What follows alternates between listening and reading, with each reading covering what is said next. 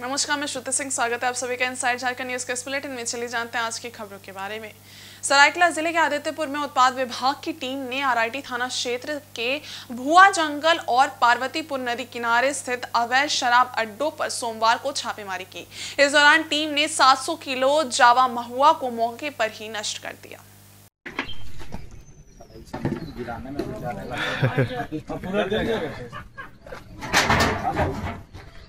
ये कार्रवाई जिले में अवैध शराब कारोबार पर काबू पाने के लिए की गई थी। छापेमारी के क्रम में 50 लीटर महुआ शराब भी जब्त की गई, जो अवैध तरीके से तैयार की जा रही थी। अधिकारियों ने बताया कि इस अवैध शराब निर्माण में संलिप्त 2 संचालकों को भी चिन्हित किया गया है और उनके खिलाफ उत्पाद अधिनियम के तहत मामला दर्ज किया जाएगा। प्रशासन ने ये स्पष्ट किया है कि जिले में अवैध शराब कारोबारियों के खिलाफ कठोर कदम उठाए जाएंगे और ये कार्रवाई निरंतर जारी रहेगी। प्रशासन का उद्देश्य अवैध शराब के व्यापार को रोकना और नागरिकों को सुरक्षित रखना है। इस प्रकार की छापेमारी के दौरान प्रशासन ने क्षेत्रीय लोगों से भी अवैध शराब के कारोबार पर नजर रखने की अपील की है और सहयोग देने के लिए उन्हें प्रेरित किया है।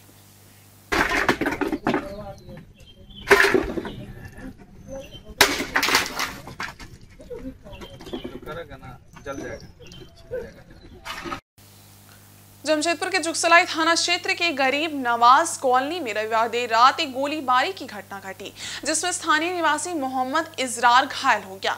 गोली उसके गले को छूते हुए निकल गई, जिसके बाद उसे इलाज के लिए टीएमएच में भर्ती कराया गया, जहां उसकी हालत स्थिर बताई जा रही है।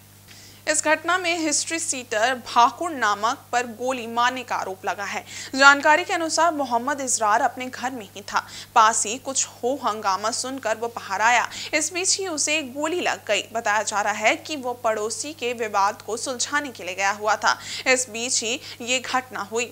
हमलावर घटना को अंजाम देकर मौके से फरार हो गया। इस घटना पर सिटी एसपी कुमार शुभाशीष ने बताया कि मामले की जाँच की जा रही है। घटनास्थल से 2 खोखा बरामद किए गए हैं, जिससे ये कयास लगाया जा रहा है कि 2 राउंड फायरिंग की गई होगी। हालांकि मामले की तकनीकी जांच की जा रही है और अधिक जानकारी जल्द ही सामने आएगी। फिलहाल आरोपी फरार है और उसकी गिरफ्तारी के लिए छापेमारी तेज कर दी गई है। पुलिस का कहना है कि इस वारदात को लेकर पूरी गहराई से जांच की जा रही है, ताकि आरोपियों को जल्द से जल्द पकड़कर सख्त कार्रवाई की जा सके।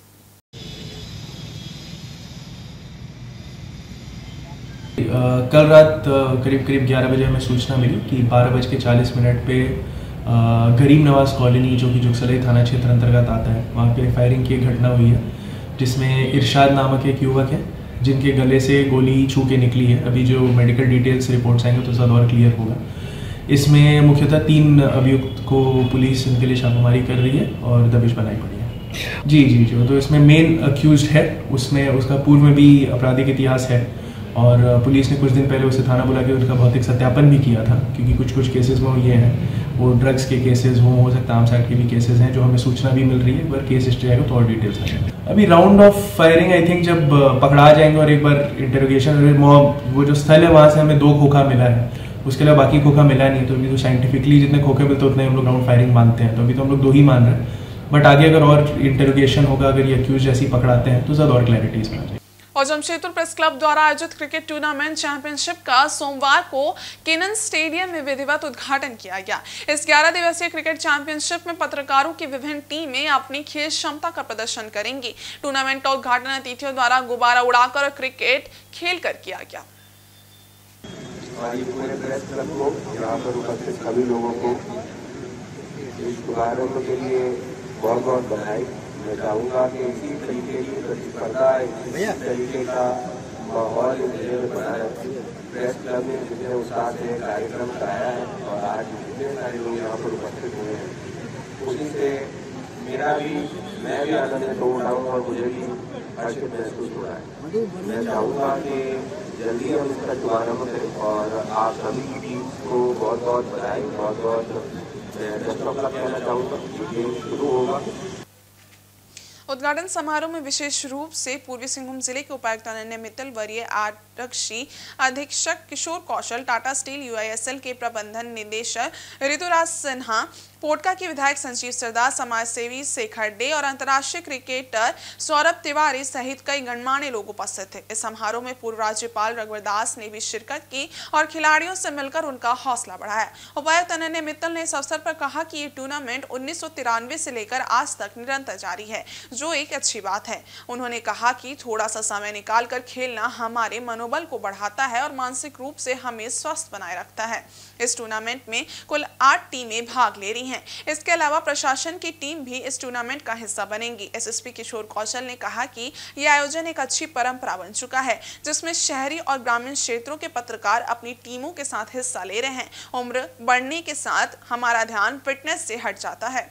ऐसे में इस प्रकार का आयोजन बेहद लाभप्रद है और सभी को अपने फिटनेस पर ध्यान देने का एक बेहतरीन मौका मिलता है। ये क्रिकेट टूर्नामेंट 17 फरवरी से लेकर 28 फरवरी तक चलेगा, जिसमें लीग मैच, सेमीफाइनल और 28 तारीख को फाइनल मैच खेला जाएगा। टूर्नामेंट में 4 प्रदर्शनी मैच भी होंगे, जिसमें टाटा स्टील की टीम, डीसी की टीम, कॉर्पोरेट कम्युनिकेशन की टीम और पत्रकारों की टीम एक दूसरे से मुकाबला करेंगी। प्रेस क्लब के द्वारा आयोजित कीनन स्टेडियम में इस मीडिया कप में हम लोग सभी उपस्थित हैं। मैं बहुत बहुत शुभकामनाएं देना चाहूँगा और धन्यवाद करना चाहूँगा प्रेस क्लब को कि उनके द्वारा इतना बढ़िया आयोजन किया गया और 1992 से आज तक ये परंपरा को जारी रखने के लिए भी मैं उनको बहुत बहुत शुभकामनाएं देना चाहूँगा। ये एक बहुत ही अच्छी परंपरा है और इस पूरे काम धाम की ज़िंदगी में थोड़े क्षण खेल के लिए निकालते हुए आपसी प्रतिस्पर्धा में ये कार्यक्रम करने से पूरा सबों का मनोबल भी बढ़ता है और सभी लोग जो है हर्षित और आनंदित भी महसूस करते हैं। तो यहाँ पर ये गेम किया जा रहा है। 8 टीमें इसमें पार्टिसिपेट करेंगी।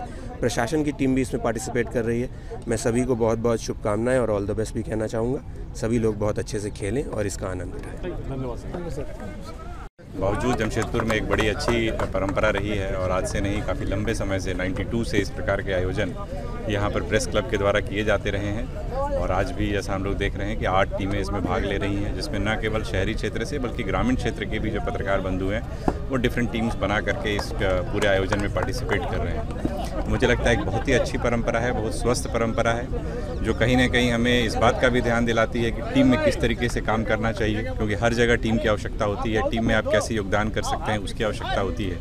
इसके अलावा फिटनेस की ओर भी काफ़ी ध्यान जाता है, खासतौर पर जैसे जैसे उम्र बढ़ती है कई बार फिटनेस से हमारा ध्यान हट जाता है और हम पूरा ध्यान कहीं ना कहीं अपने काम पे, परिवार पे लगाए रहते हैं। तो ऐसे आयोजनों से कहीं ना कहीं उसके लिए भी प्रेरणा मिलती है। तो बहुत शुभकामनाएं प्रेस क्लब को, ऐसे आयोजन हमेशा करते रहें। हुई कि प्रेस क्लब जमशेदपुर द्वारा जो मीडिया टूर्नामेंट हो रहा, तो मुझे अपने स्कूल जीवन की याद आ गई। देखिए, जीवन में खेलकूद बहुत ही ज़रूरत है और मैं यहाँ प्रेस क्लब के द्वारा आयोजित इस टूर्नामेंट में जो स्पोर्ट्समैन स्पिरिट देखने को मिला, बहुत अच्छा लगा। अमूमन समाज में अभी भी खेल को समय की बर्बादी कहा जाता है, तो हमें इस सोच को बदलने की ज़रूरत है और इस तरह के आयोजन से समाज में एक संदेश जाएगा कि खेल के माध्यम से भी अपनी कैरियर बना सकते हैं। खेल के माध्यम से भी खेल जगत में अपना जमशेदपुर, अपना झारखंड, अपना देश दुनिया में नाम रोशन कर सकेगा। निश्चित रूप से ये प्रेस क्लब के आयोजकों के द्वारा जो टूर्नामेंट आयोजित किया गया, इसकी मैं सराहना करता हूँ और समाज में खासकर यूथ में एक संदेश जाएगा। और हमारे प्रधानमंत्री मोदी जी कहते भी हैं, खेलो इंडिया, और फिट रहोगे तभी हिट करोगे। तो इस खेल के माध्यम से हमारे सभी प्रेस के लोग फिट रहेंगे और खबरों में हिट रहेंगे। वाह। अमेरिका से अप्रवासी भारतीय को अपमानजनक तरीके से भेजे जाने के खिलाफ जमशेदपुर में all India Sikh students federation ने आक्रोश जताया। इस दौरान साक्षी गोल चक्कर में विरोध प्रदर्शन किया गया। प्रदर्शनकारियों ने हाथों में हथकड़ियां पहनकर नारेबाजी की और अपनी नाराजगी जताई।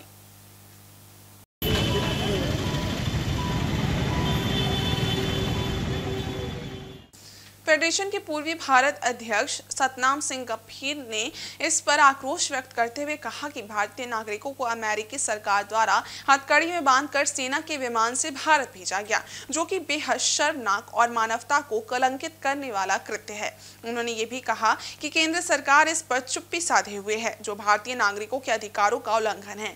सतनाम सिंह गंभीर ने प्रधानमंत्री के अमेरिका दौरे के दौरान इस मुद्दे पर कोई चर्चा न होने को भी भारत के लिए अपमानजनक बताया। उन्होंने भारत सरकार से मांग की है कि अमेरिका से डिपोर्ट किए जा रहे भारतीयों को सम्मानजनक तरीके से वापस लाया जाए, साथ ही उन्हें रोजगार मुहैया कराया जाए। इसके अलावा उन्होंने फर्जी एजेंटों के खिलाफ कड़ी कार्रवाई की भी अपील की। फेडरेशन ने इस मुद्दे को भारतीय नागरिकों के अधिकारों और सम्मान का उल्लंघन बताया और सरकार से शीघ्र कदम उठाने की उम्मीद जताई।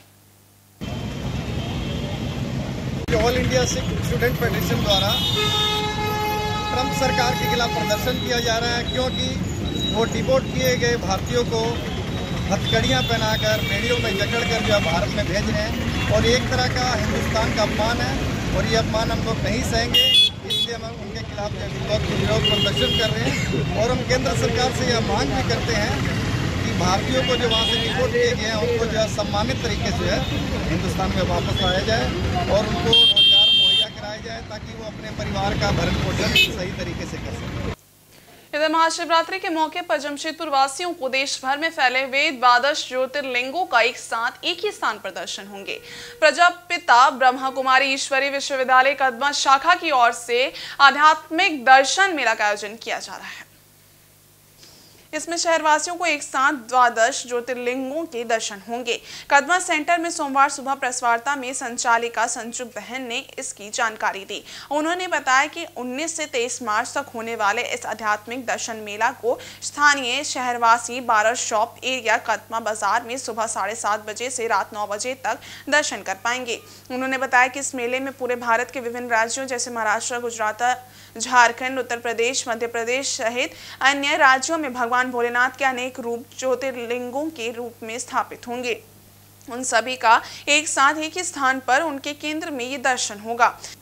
साथ ही इस आध्यात्मिक मेले में आध्यात्मिक रहस्य के बारे में जानकारियां दी जाएंगी। इसमें तनाव प्रबंधन, क्रोध प्रबंधन, जीवन प्रबंधन सहित आंतरिक सुख शांति और आनंद की प्राप्ति, एकाग्रता, स्मरण शक्ति एवं मनोबल में वृद्धि एवं विशेषताओं के प्रादुर्भाव द्वारा आकर्षक व्यक्तित्व का निर्माण, संबोधन में मधुरता द्वारा सच्चे गृहस्थ आश्रम की स्थापना और मानसिक स्वास्थ्य द्वारा शारीरिक स्वास्थ्य की प्राप्ति जैसे विषयों पर राजयोग से दिव्य प्रांतियां होंगी। की यादगार में महाशिवरात्रि, शिव बाबा के अवतरण का यादगार महाशिवरात्रि मनाते हैं। तो उसी के उपलक्ष्य में द्वादश ज्योतिर्लिंगम मेला, जो एक ज्योतिर्लिंगम का क्या महत्व। प्रजापिता ब्रह्मा कुमारी ईश्वरीय विश्वविद्यालय के द्वारा महाशिवरात्रि के उपलक्ष्य में कदमा सेंटर में 19 तारीख से लेकर 23 तारीख तक द्वादश ज्योतिर्लिंगम आध्यात्मिक दर्शन मेला का आयोजन किया जा रहा है, जिसमें भक्त आकर के शिव बाबा का दर्शन भी करेंगे और साथ ही साथ महाशिवरात्रि का आध्यात्मिक रहस्य क्या है, परमात्मा कब आते हैं और कैसे आकर के अपना दिव्य कर्तव्य करते हैं, उसके उपलक्ष्य में बहुत ही सुंदर विधि बताई जाएगी। साथ ही साथ इस मेले में बर्फानी बाबा का भी दर्शन करेंगे। बहुत ही सुंदर कलश यात्रा निकाली जाएगी 22 तारीख को सुबह में और राजयोग मेडिटेशन का अभ्यास कराया जाएगा। उसकी भी तैयारियां चल रही है कि आज हम सभी देख रहे हैं कि मनुष्य बाहर से बहुत ही शक्तिशाली है, लेकिन अंदर से भीतर से बिल्कुल कमज़ोर है। तो कैसे हम अपने भीतर को यानी आंतरिक शक्ति को मजबूत कैसे बनाएं, ताकि आने वाली परिस्थितियों का हम सहज रूप से सामना कर सके। इस साइकिल में झारखंड लोकतांत्रिक क्रांतिकारी मोर्चा की टीम ने घायल मजदूरों को न्याय दिलाने के लिए औद्योगिक क्षेत्र में स्थित Jost Indian auto component private limited company के प्रबंधन से वार्ता की। इस वार्ता से पहले पार्टी के कार्यकर्ताओं ने कंपनी प्रबंधन के खिलाफ प्रदर्शन किया और घायल मजदूर के हक में उचित निर्णय लेने की अपील की। जानकारी देते हुए प्रेम माड़ी ने बताया कि पार्टी के गम्हरिया प्रखंड अध्यक्ष श्री गोपाल चंद्र महतो के द्वारा सूचित किया गया है कि कुछ दिनों पहले 10 फरवरी को कंपनी में कार्य करने वाले ठेका मजदूर राजू मुर्मू के हाथों की उंगलियां काम करने के दरमियान कट गई। इसके बाद कंपनी द्वारा पहले दिन तो मरहम पट्टी करवा दिया गया, लेकिन उसके पश्चात चिकित्सा के लिए कोई भी मुआवजा नहीं दिया गया, जिससे नाराज होकर मजदूर की शिकायत पर पार्टी के लोग मौके पर पहुंचे और एवं प्रबंधन से वार्ता कर बताया कि प्रबंधन द्वारा 10 दिनों का समय मांगा गया है। बताया गया है कि जब तक हर मजदूर पूरी तरह से स्वस्थ नहीं हो जाते हैं तब तक उन्हें हर महीने का वेतन दिया जाएगा एवं नियमितकरण के लिए भी प्रबंधन प्रयास करेगी। वहीं बताया गया है कि मांगे नहीं मानने गई तो वे लोग एक बड़ा आंदोलन कर सकते हैं।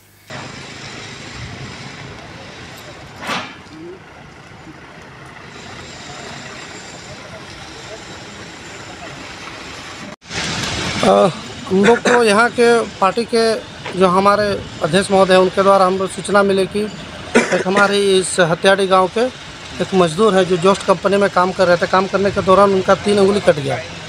तो कट गया उसके बाद हालांकि मुझे जैसे ही पता चला मैंने फ़ोन के माध्यम से इनसे संपर्क किया क्या कुछ समस्या है। तो उन्होंने कहा था कि कटा हुआ कंपनी प्रबंधन एक बार हम लोग को आपका इलाज करने के लिए तो ले गए, लेकिन इलाज के दौरान जो भी खर्च वगैरह मिलता है वो खर्च नहीं दिया गया। आने जाने में प्रॉब्लम होता है। इनका छोटा बच्चा है तो जो भी इनको कंपनी की ओर से PFSI के तहत जो भी इनको मिलता है वो मिले और इनको नियमित करे कंपनी, यही हमारी कंपनी से मांग रही है। नई दिल्ली रेलवे स्टेशन पर हाल ही में हुई भगदड़ की घटना में 18 लोगों की दुखद मौत पर प्रदेश कांग्रेस ने गहरा शोक व्यक्त किया है। पार्टी के नेताओं ने घटना पर दुख जताते हुए मृतकों के परिजनों के प्रति संवेदना जताई। इसके अलावा घायलों के शीघ्र स्वस्थ होने की कामना की। नई दिल्ली रेलवे भगदड़ हादसे में मृतकों के प्रति श्रद्धांजलि स्वरूप 2 मिनट का मौन। इसी कड़ी में कांग्रेसी नेताओं ने डोरंडा स्थित अंबेडकर चौक के पास कैंडल जलाकर मृतकों को श्रद्धांजलि दी। इस अवसर पर नेताओं ने शोक संवेदनाएं व्यक्त करते हुए कहा कि इस घटना ने समूचे देश को झकझोर दिया है और ये अत्यंत दुखद है कि इतने लोगों की जान चली गई। कांग्रेसियों ने घटना के बाद मृतकों के परिवारों के लिए उचित मुआवजे की मांग की है और कहा कि सरकार को इस संवेदनशील मामले में त्वरित और प्रभावी कदम उठाना चाहिए। उन्होंने ये भी कहा कि इस तरह की घटनाओं को रोकने के लिए रेलवे स्टेशन पर सुरक्षा और यात्री सुविधाओं को सुधारने की आवश्यकता है ताकि भविष्य में ऐसी किसी अनहोनी से बचा जा सके। इस दौरान कांग्रेस के वरिष्ठ नेता आलोक कुमार दुबे, फिरोज रिजवी मुन्ना, कुमुद रंजन और अन्य पार्टी कार्यकर्ता भी मौजूद थे। उन्होंने एकजुट होकर मृतकों की आत्मा की शांति के लिए प्रार्थना की और शोक संतप्त परिवारों के प्रति अपनी संवेदनाएं व्यक्त की।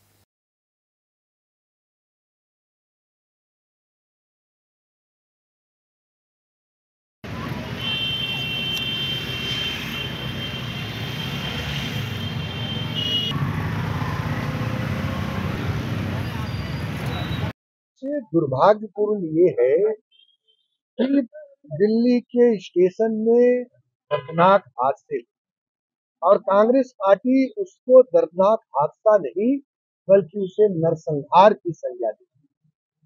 और उससे भी दुर्भाग्यपूर्ण ये है कि रेल मंत्री संवेदनाओं के बजाय उसे आंकड़ों के भ्रमजाल में फैला रही और आंकड़े छुपाने का काम कर रही है, जो पिछले दिनों प्रयागराज में भी आगजनी के दौरान यही चीज हुआ। महिलाएं, बच्चे, पुरुष, सारे लोग की कल जान गई और सरकार किम कर्तव्य विमूढ़ता। सरकार ने विज्ञापनों के माध्यम से महाकुंभ में लोगों को इनविटेशन दिया। लाखों करोड़ों आस्था और विश्वास के लोग बोरिया बिस्तर बांध कर चल दिए, लेकिन वहां व्यवस्था के नाम पर क्या थी? हाहाकार मचा हुआ था। कहीं कोई व्यवस्था नहीं, सब भगवान के भरोसे जा रहे, सिर्फ विज्ञापन थे। और 2 तरह की व्यवस्था थी, एक वो व्यवस्था जो अरबपति लोगों के लिए रेड कारपेट बिछाई थी सरकार, और एक वो गरीब और मध्यम परिवार के लोग जो अपने माथे पर मोटरी लेकर धर्म की आस्था को लेकर महाकुंभ में स्नान के लिए जा रहे हैं। जितने लोग भी हादसे के शिकार हुए हैं, हम उनके प्रति संवेदना तो प्रकट करते हैं, लेकिन यही घटना अगर दूसरे की सरकारों में हुई होती तो अब तक वो हिंदू विरोधी और सनातनी विरोधी का तगमा उसे मिल गया होता। तो यह देश यह जानना चाहता है कि इस प्रकार की अव्यवस्था के लिए कौन जिम्मेदार है। हर छोटी चीजों के लिए जब केंद्र की सरकार अपनी जिम्मेदारी लेती है तो दिल्ली की घटना के लिए क्यों कोई जिम्मेवार नहीं ले रहा। और वही रेल मंत्री जिनके रहते हुए लगातार हादसे हो रहे हैं, कांग्रेस पार्टी यह मांग करती है कि रेल मंत्री को अविलंब इस्तीफा लिया जाए, हटाया जाए उनके पद से। और अभी भी 10 दिन बचे हुए हैं। जो अराजक की स्थिति है, कभी भी कोई भी बड़ी दुर्घटना फिर हो सकती है। इसलिए कांग्रेस पार्टी की यह मांग है 50 लाख रुपए परिजनों को उचित मुआवजा मिलना चाहिए। सरकार ने 144 वर्षों के बाद महाकुंभ का आयोजन बनारस की नगरी में हुई, प्रयागराज की नगरी में, जितना हल्ला मचाकर सरकार ने इस धार्मिक आस्था को आयोजन किया, उसके ठीक विपरीत उनकी जो व्यवस्था रही पूरे देश में, दुनिया से लोग आए हैं कुंभ, मगर लोगों की जाने चली जा रही है, धड़धड़ मच जा रहे हैं। आपने देखा कि कल दिल्ली की नई दिल्ली रेलवे स्टेशन में कितने लोगों की जाने चली गई। ये जान जाना सरकार के लिए एक आम बात होगी है भारत की सरकार के लिए। और दूसरी ओर सरकार धार्मिक आस्था को एक राजनीतिक पटल बनाकर वो राजनीति करते आते हैं, संख्या को छुपाते हैं। आपने देखा होगा कि प्रयागराज में 2-2, 3-3 बार धड़धड़ मचे तो कितने लोगों की जाने चले गए। आज तक उसकी संख्या वो नहीं बता पाए, मगर कितने लोग वहां पर जाकर कुंभ में स्नान कर रहे हैं, उनकी संख्या उनको बराबर मिलती जा रही है। इसी प्रकार दिल्ली की जो घटना घटी है कल की, उन सारे जो मृतक रहे हैं उनके प्रति हम लोग झारखंड प्रदेश कांग्रेस की ओर से हमारे सारे साथी और मित्रों के साथ उनकी श्रद्धांजलि देने आए हैं और भारत सरकार से ये मांग करते हैं कि उचित मुआवजा उन मृतकों परिवारों को दिया जाए। और इस दुखद घड़ी में पूरा कांग्रेस परिवार उनकी जाने गई है, उनके परिवार के साथ संवेदना व्यक्त करती है, उनके साथ खड़ी है। उनकी इस दुख में भगवान से ये प्रार्थना हम लोग करते हैं कि उनके परिवार वालों को इस संकट की घड़ी में साहस और शक्ति प्रदान करे। इन्हीं चंद शब्दों के साथ हम लोग अपनी श्रद्धांजलि। इधर जमशेदपुर के बारेडी चौक में रविवार को झारखंड मुक्ति मोर्चा के संपर्क कार्यालय का विधिवत उद्घाटन जुगसलाई विधायक मंगल कालिंदी द्वारा किया गया। इस अवसर पर पार्टी नेताओं ने झामुमो की गरीबों और समाज के हर वर्ग के लिए किए जा रहे कार्यों पर प्रकाश डाला। उद्घाटन के बाद झामुमो के नेताओं ने कहा कि पार्टी हमेशा गरीब गुरबों की आवाज उठाती है और हर वर्ग व समुदाय को साथ लेकर चलती है। उनका ये भी कहना था कि पार्टी पर लोगों का विश्वास लगातार बढ़ रहा है और आने वाले समय में झामुमो संगठन और मजबूत होगा। कार्यक्रम के दौरान गीत संगीत कार्यक्रम का आयोजन भी किया गया, जिसमें झामुमो के कई सदस्य मौजूद थे। इस मौके पर दल गोविंद लोहरा, कमलजीत कौरगिल, नानटू सरकार समेत पार्टी के अन्य सदस्य भी मौजूद रहे। दादा इधर देखिए, जोरदार ताली, धन्यवाद। इसके उपरांत हमारे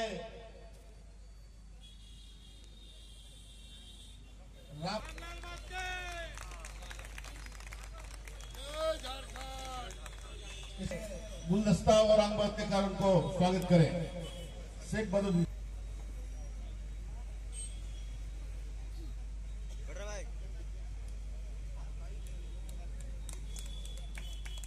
बारेडी इलाका में पहले हमारा यहाँ जेएमएम का कार्यालय हुआ करता था, लेकिन अभी चूंकि हम लोग सरकार में है, झारखंड में हमारे हेमंत सोरेन का सरकार है और हम लोग का बहुत बड़ा जिम्मेवारी है लोगों को सेवा करना, चाहे शहरी क्षेत्र हो चाहे देहात क्षेत्र हो।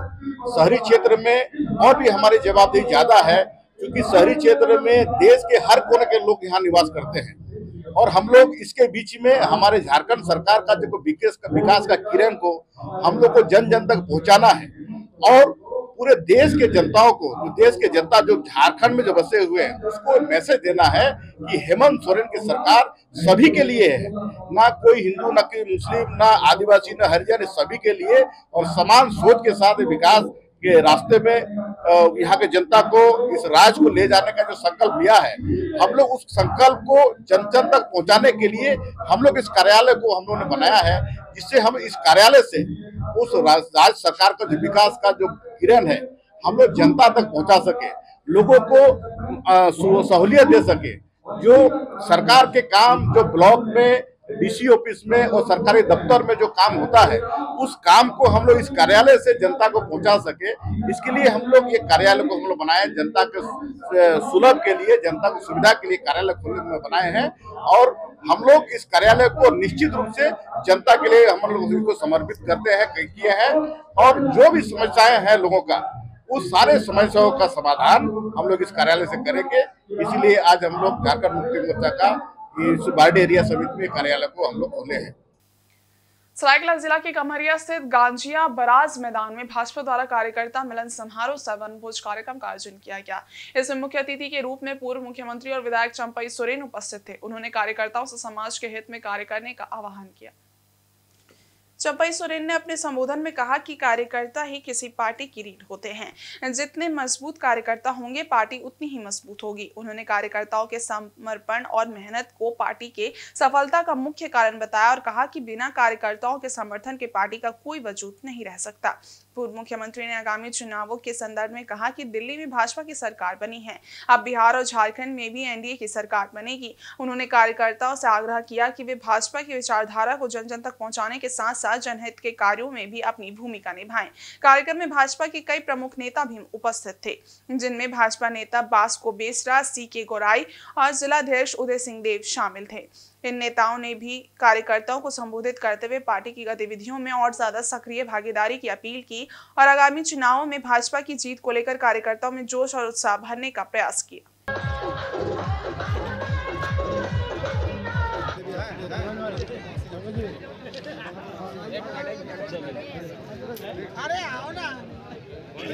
बिहार में उसी तरह फिर जीत होगा। और ये हमारा RIT मंडल और पछी जो हमारा बड़ा गमरिया मंडल संयुक्त ये बन हो जाए। पार्टी के समर्थक, पार्टी के कार्यकर्ता, पार्टी के नेता, जिला के नेता, प्रदेश स्तर के नेता सब भाग लिया हुआ। कार्यकर्ता ही पार्टी का रीढ़ है। भारतीय जनता पार्टी का आने वाला समय भारतीय जनता पार्टी का ही नेतृत्व आने वाला है। झारखंड मुक्ति मोर्चा के जमशेदपुर कदमा स्थित कार्यालय में जिला संयोजक मंडली की बैठक का आयोजन किया गया। बैठक में पार्टी की जिला कमेटी के पदाधिकारी, प्रखंड और पंचायत स्तर के सक्रिय कार्यकर्ता उपस्थित थे। इस दौरान पार्टी के आगामी कार्यों और संगठन को और सुदृढ़ बनाने के लिए महत्वपूर्ण दिशा निर्देश दिए गए। बैठक में प्रमुख रूप से आगामी महाधिवेशन को लेकर चर्चा की गई। इस पर पार्टी के केंद्रीय सदस्य और झामुमो के केंद्रीय प्रवक्ता मोहन कर्मकार ने बताया कि महाधिवेशन से पहले पुरानी कमेटी को भंग कर दिया जाता है, जो कि पार्टी का सामान्य नियम है। उन्होंने बताया कि केंद्रीय कमेटी के निर्देश पर यह बैठक आयोजित की जा रही है ताकि नई कमेटी के गठन की प्रक्रिया को सही दिशा दी जा सके। उन्होंने बताया कि इस बैठक में जिन पदाधिकारियों के नाम सामने आएंगे उन पर विचार करने के लिए केंद्रीय कमेटी को भेजा जाएगा।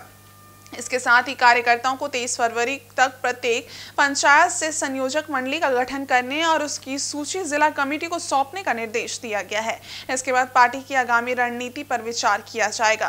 बैठक में प्रमुख रूप से जिला के मुख्य संयोजक बाघराय मार्डी, जिला परिषद अध्यक्ष बारी मुर्मू, झामुमो के वरिष्ठ नेता मोहन कर्मकार, प्रमोद लाल शेख, बदरुद्दीन, पूर्व सांसद सुमन महतो और अन्य पार्टी नेता भी उपस्थित थे। सभी नेताओं ने कार्यकर्ताओं से संगठन को और मजबूत बनाने के लिए पूरी तरह से समर्पित होकर काम करने का आह्वान किया। और पार्टी के अध्यक्ष या कार्यकारी अध्यक्ष जब कोई निर्णय ले लेते हैं, कोई सवाल हम लोग एक ही चीज वहाँ पर बोले कि इस पर किसी तरह का कोई बात नहीं होना चाहिए और इस पर हम लोग कोई राय भी नहीं दे सकते, क्योंकि ये सीधी तरह से एक प्रकार से मंडली का ये बैठक था जिसमें पूर्वी सिंहभूम जिला के जो पूर्व कमेटियाँ थी,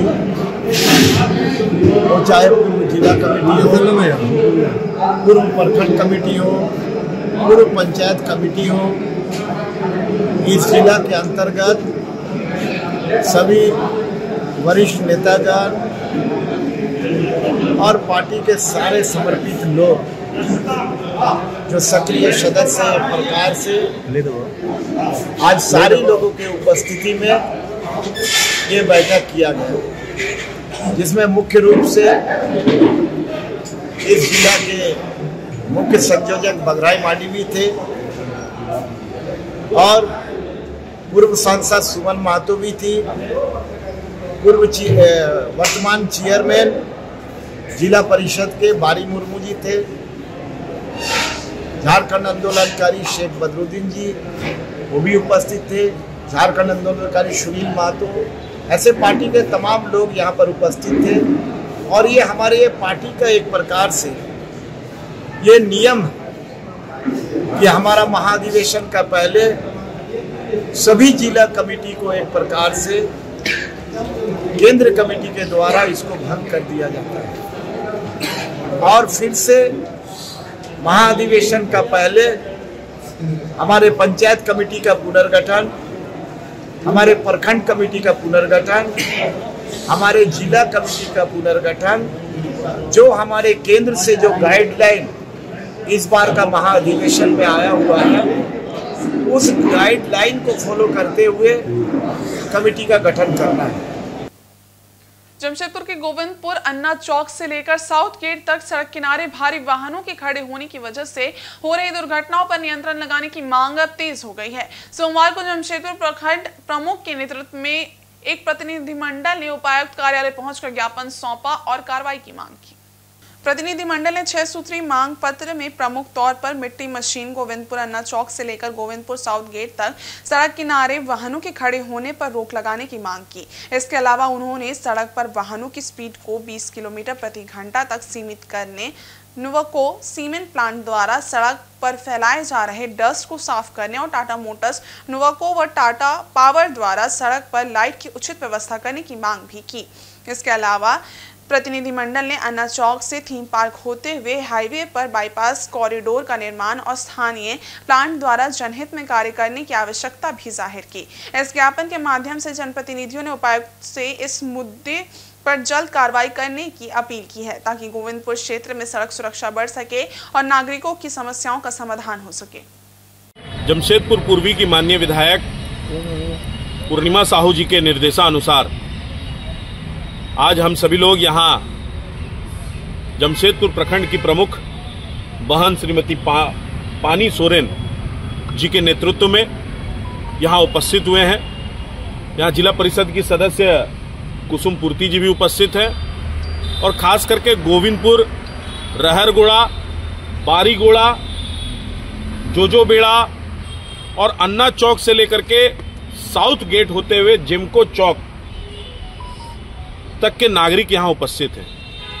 गोविंदपुर के अन्ना चौक से लेकर के टाटा मोटर्स के साउथ गेट होते हुए जिमको शहीद भगत सिंह चौक तक की कुछ समस्याओं का ध्यान माननीय उपायुक्त महोदय को हम लोग आकृष्ट कराने के लिए आए हैं। गोविंदपुर अन्ना चौक से लेकर के जिमको चौक तक प्रतिदिन प्रति समय, चाहे वह दिन हो या रात हो, कंपनी के अंदर जाने वाली बड़ी गाड़ियां रोड के दोनों ओर बेरोक टोक खड़ी रहती हैं। हम कंपनी के उत्पादन का विरोध नहीं करते हैं, परंतु हम कंपनी से मांग करते हैं कि आपकी गाड़ियां जो रॉ मटेरियल लेकर के आती है या आपके फिनिश्ड गुड को लेकर के जाने के लिए आती है, उसके पार्किंग की व्यवस्था आप कंपनी परिसर के अंदर करें, ना कि पब्लिक के इस्तेमाल के लिए सरकार के द्वारा बनाए गए रोड को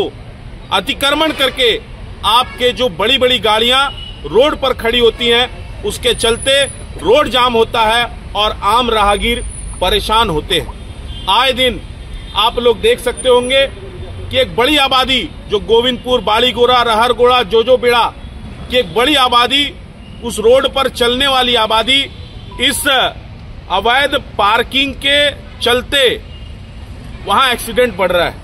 आए दिन एक्सीडेंट हो रही है, कभी किसी को चोट लगता है, कोई घायल होते हैं और किसी की मृत्यु भी हो जाती है। पिछले दिनों एक बड़ी घटना हुई, वहां एक्सीडेंट में मौत हो गया और मौत के बाद जब आम राहगीरों ने और जनप्रतिनिधियों ने इसके खिलाफ में आवाज उठाया तो कंपनी और जिला प्रशासन के सुस्त रवैये के विरोध में आज हम सभी लोग उपायुक्त महोदय से मिलने आए हैं। उनसे हम लोग मांग करते हैं कि गोविंदपुर अन्ना चौक से लेकर के आप जेमको चौक की समस्याओं को निवारण करें, अन्यथा वहां के नागरिक, वहां के जनप्रतिनिधियों के साथ सड़क पर उतर करके इसका जोरदार विरोध करेंगे। इधर भाजपा अनुसूचित जनजाति मोर्चा की जमशेदपुर महानगर कमेटी ने झारखंड में पेशा कानून लागू करने की मांग की है। इसके लिए मोर्चा के एक प्रतिनिधिमंडल ने जिला उपायुक्त को राज्यपाल के नाम एक ज्ञापन पत्र सौंपा, जिसमें इस दिशा में जल्द और सार्थक कदम उठाने की अपील की गई। भाजपा अनुसूचित जनजाति मोर्चा के नेता रमेश हंसदा ने कहा कि पेशा अधिनियम भारतीय संविधान के 73वें संशोधन में 1996 में पारित किया गया था और राष्ट्रपति की अनुमति के बाद ये कानून लागू हुआ था। इसके बावजूद आज तक झारखंड में इसे लागू नहीं किया गया है। रमेश हंसदा ने आगे कहा कि पेशा अधिनियम का झारखंड के अनुसूचित क्षेत्र में लागू होने से स्वशासन व्यवस्था को मजबूती मिलेगी, साथ ही आदिवासी परंपरा और रीति रिवाजों का संरक्षण होगा और लघु प्राकृतिक संसाधनों पर ग्राम सभा का अहम योगदान रहेगा। इसके अलावा ग्राम सभा को सशक्त बनाने में भी मदद मिलेगी। भाजपा अनुसूचित जनजाति मोर्चा ने राज्य सरकार से मांग की है कि इस महत्वपूर्ण कानून को जल्द से जल्द लागू किया जाए ताकि राज्य के आदिवासी समाज को लाभ मिल सके और उनके अधिकारों की रक्षा हो सके। पार्टी जमशेदपुर महानगर के अध्यक्ष रमेश भास्कर जी के नेतृत्व में आज यहाँ के कार्यकर्ता, आदिवासी समुदाय के लोग, हम लोग आज राज्यपाल महोदय को पार्टी की ओर से ज्ञापन देने हम लोग आए थे। डीसी के मार्फत डीसी साहब को हमने कहा कि हमारा ये विचार है, हमारे विचार को गवर्नर महोदय तक पहुँचा दिया जाए कि इतने सालों तक भी पेशा कानून के तहत नियमावली क्यों नहीं बना और क्यों उसको लागू नहीं किया गया। हेमंत सोरेन की सरकार पार्ट 2 में भी अभी तक किसी तरह का चर्चा, किसी तरह का बयान राज्य सरकार की ओर से नहीं आना, ये संदेह का दृष्टि से हम लोग देख रहे हैं। 24 तारीख से विधानसभा सत्र चलना है और इसीलिए हम लोग आग्रह करते हैं राज्य की तमाम राजनीतिज्ञों को, एमएलए विधायकों को कि हमारा जो ये पेशा यहाँ अनुसूचित क्षेत्रों में लागू होना है उसको हर हाल में लागू किया जाए, अन्यथा आने वाले दिनों में पूरी झारखंड की जनता को लेकर के सड़क पर उतरने के लिए भी हम बाध्य हैं। और आज के इस बुलेटिन में बस इतना ही। हम कल फिर हाजिर होंगे कुछ और नई खबरों के साथ। तब तक के लिए देखते रहिए इंसाइड झारखंड न्यूज़। धन्यवाद।